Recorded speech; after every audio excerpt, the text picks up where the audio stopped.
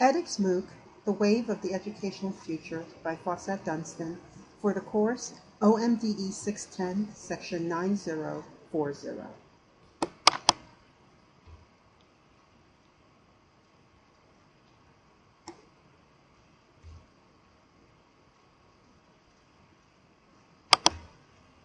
What kind of OCOP is this? edX is a nonprofit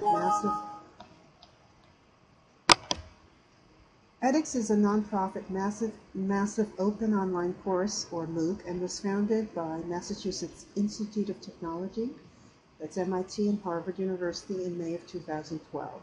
Its mission is to offer high-quality online college-level courses at no charge to students worldwide. The focus is on learning and research. edX has a lot of history. I'm going to be kind of highlighting some of the slides since there are many. The president is currently Anand Agarwal, who is the president of edX.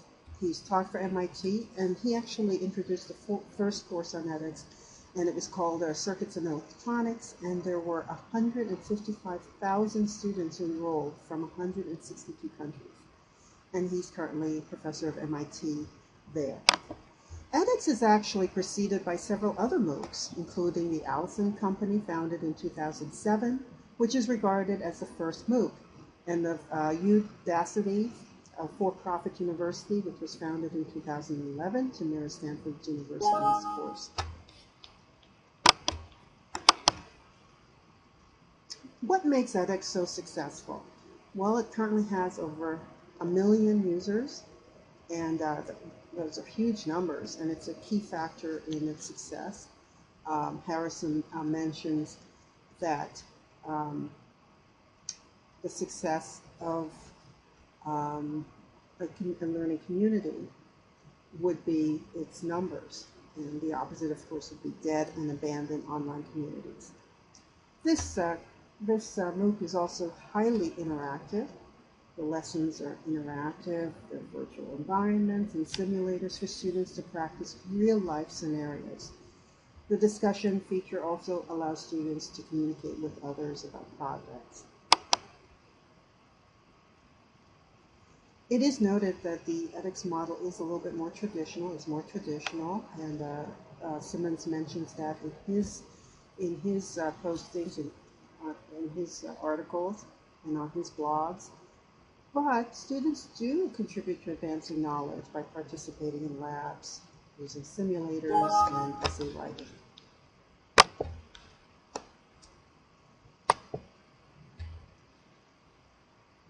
What DE theories contribute to the success?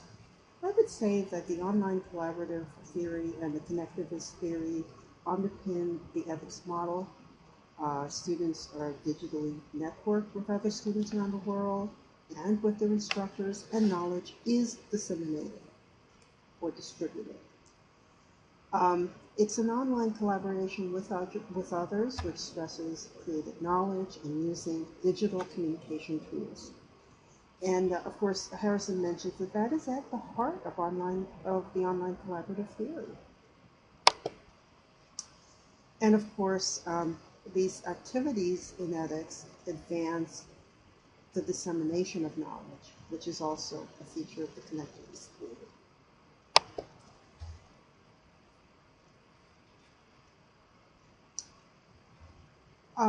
Another feature of edX that is supported by OCL and the connectivist theory is its emphasis on innovation.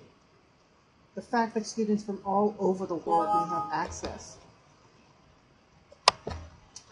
have access to Ivy League professors from the nation's most prestigious universities free of charge is innovation enough, but the learning is quite innovative with videos, wikis, game-like labs, and so forth. I like a quote from Harrison, who says that new ways of doing things as well as doing new things is that the theory's focus of the OCL theory, online collaborative learning. A lot of innovation, and Simmons refers to this as well in this multi-spaced environment, because many different technologies are being used in the MOOCs. How does this MOOC, this massive online course, function? Harrison mentions different indicators for how it functions, how it works. And one, of course, would be quantitative data.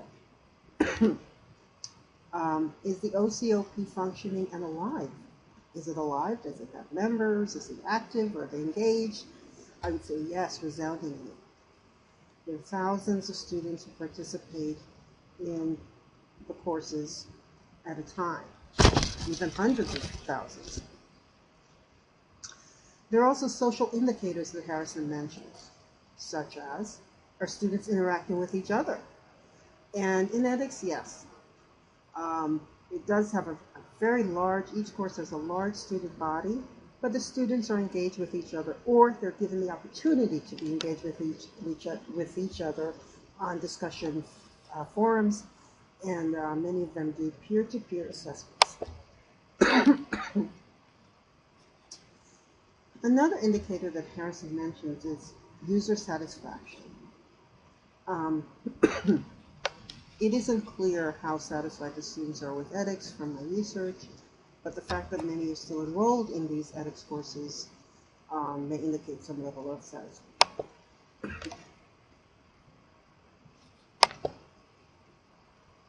There are also intellectual indicators, as Harrison mentions, which include developing ideas, organizing ideas, reflecting, and once again, even though edX is built on a more traditional model, where the instructor is at the center of learning and the students learn from the instructor, there's quite a bit of idea generation, idea organization, and reflection in discussion forums.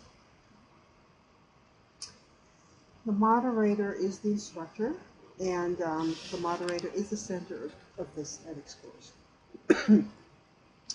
And there are video clips with weekly introduction of the subject of the course, but the instructor is at the heart and at the center of this, and students basically replicate the information and the knowledge, and they gain it from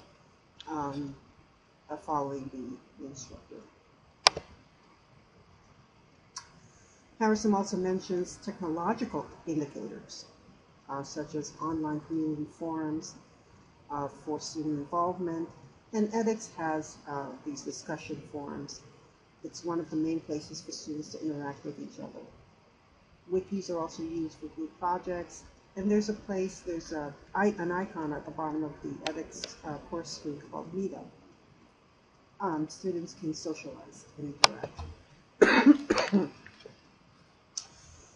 Well, edX is revolutionizing how access to higher education is being done today. It's part of a massive online education framework. And of course, with the initial course enrolling over 150 students, edX is transforming the way traditional form of learning is conducted. And the fact is that Ivy League professors from Harvard and MIT, who would normally be out of the reach to average or even poor students, now just a click away with edX. So the question is, how would I monitor or access or assess the success of this OCOP?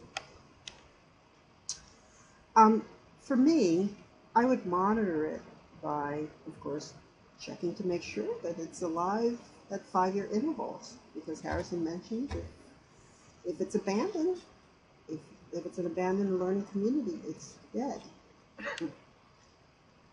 So if students are still taking courses after 5 years, after 10 years, after 15 years, that's how I would know it's still alive.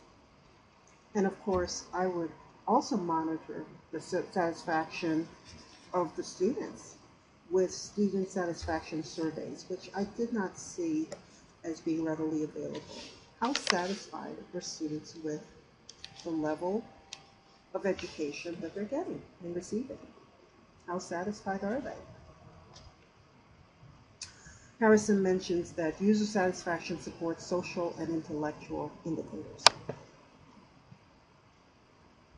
I would also monitor the success of this course um, with knowing whether or not the school is whether edX is continuing to enroll students in large numbers, and also managing these students well, building community, making sure that community is still very much a feature.